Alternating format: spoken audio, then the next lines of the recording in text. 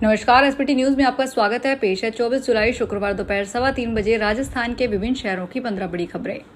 प्रधानमंत्री नरेंद्र मोदी के skill India mission और विकसित भारत 2047 के संकल्प के अनुरूप राज्य सरकार प्रदेश के राजकीय औद्योगिक शिक्षण प्रशिक्षण संस्थानों को आधुनिक तकनीक, उद्योग सहभागिता और गुणवत्तापूर्ण कौशल प्रशिक्षण से सशक्त बनाने की दिशा में निरंतर कार्य कर रही है।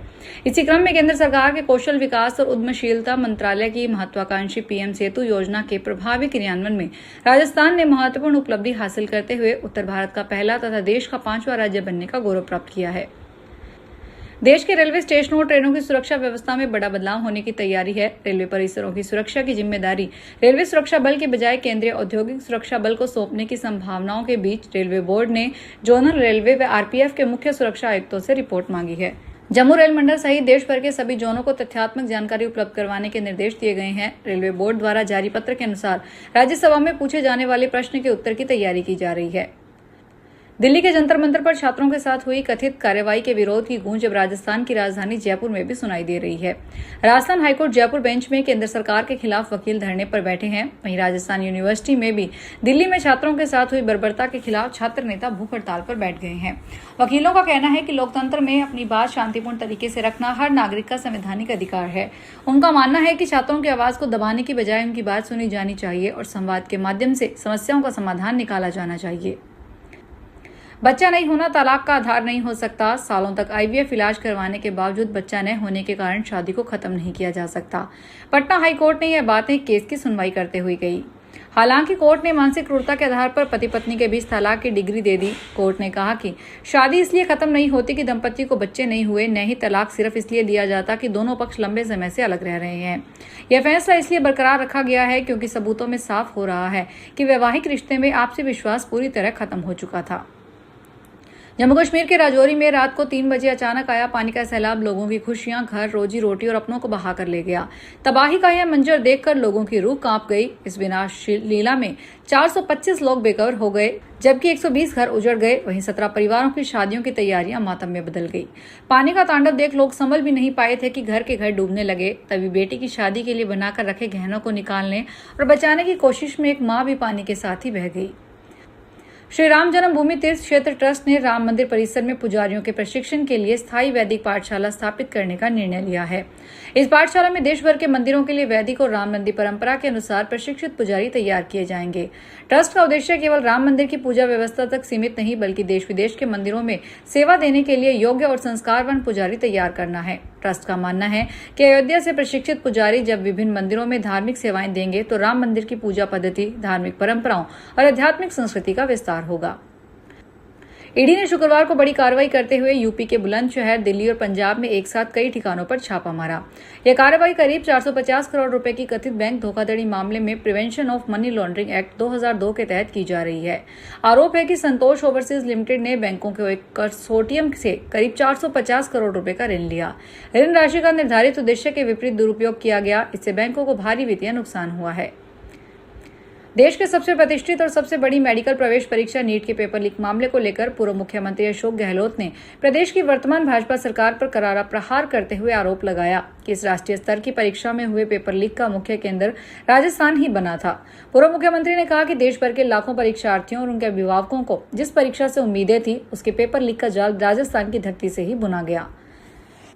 राजस्थान सरकार ने सूबे के नागरिकों को घर बैठे पारदर्शी डिजिटल सेवाएं उपलब्ध करवाने की दिशा में महत्वपूर्ण कदम उठाते हुए ई मित्र व्हाट्सएप सेवा का दायरा बढ़ा दिया है। अब इस प्लेटफॉर्म पर जयपुर विद्युत वितरण निगम लिमिटेड और स्वायत्त शासन विभाग की 21 नई सेवाएं भी ऐड की गई है। इससे आम नागरिक बिजली संबंधित सेवाओं के साथ साथ विभिन्न नगरीय सेवाओं का लाभ भी सीधे अपने मोबाइल पर प्राप्त कर सकेंगे। भविष्य में इस प्लेटफॉर्म पर भी सेवाएं जोड़ी जाएगी। पहले चरण में इस प्लेटफॉर्म पर 51 सरकारी सेवाएं उपलब्ध करवाई गई थी। अब नागरिकों की जरूरतों को ध्यान में रखते हुए इसमें 21 नई सेवाओं का विस्तार किया गया है।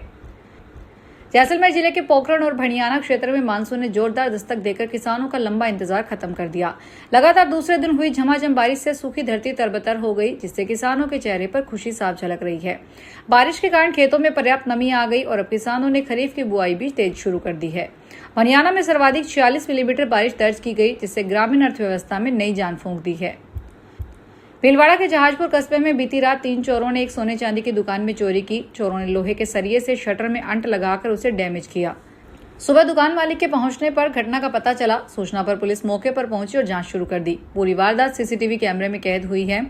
दुकान में घुसने के बाद चोर वहां रखे चांदी के जेवर और कैश चोरी करके ले गए। वारदात के दौरान दुकान के अंदर रखा सामान भी अस्त व्यस्त कर दिया। राजस्थान में किसानों को न्यूनतम समर्थन मूल्य पर फसलों की खरीद, उर्वरक और बीज की समय पर आपूर्ति, कस्टम हायरिंग सेंटर के माध्यम से कृषि उपकरण तथा ड्रोन जैसी सुविधाएं उपलब्ध करवाने वाली क्रय विक्रय सहकारी समितियों के कामकाज में बड़ा बदलाव किया जा रहा है।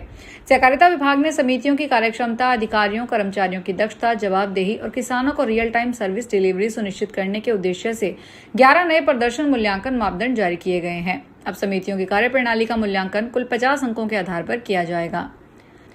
बूंदी के डाबी थाना क्षेत्र में स्थित जवाहर सागर डैम पर आतंकवाद निरोधक मॉकड्रिल की गई। यह अभ्यास आतंकवादी गतिविधियों से निपटने की तैयारियों को परखने के लिए किया गया। इसमें एंटी टेररिस्ट स्क्वाड, डाबी थाना पुलिस और सिंचाई विभाग के अधिकारियों ने संयुक्त रूप से भाग लिया।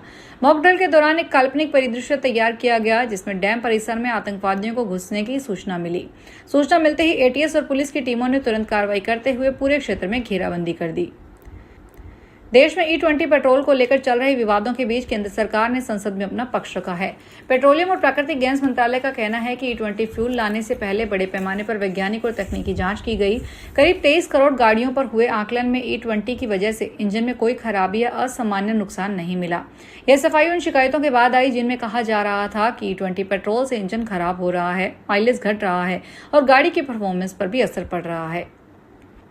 हिमाचल प्रदेश में बारिश के बाद भूस्खलन जैसी घटनाएं थमने का नाम नहीं ले रही। शिमला के भी कुफरी स्थित फल मंडी के ऊपर शिव मंदिर के पास भूस्खलन के बाद पहाड़ी से मलबा व पत्थर गिरे। वहीं कुफरी के फल मंडी में जब पत्थर और मलबा गिरा तो वहां काफी वाहन खड़े थे। प्रदेश में करीब 136 संपर्क सड़कें बंद हैं।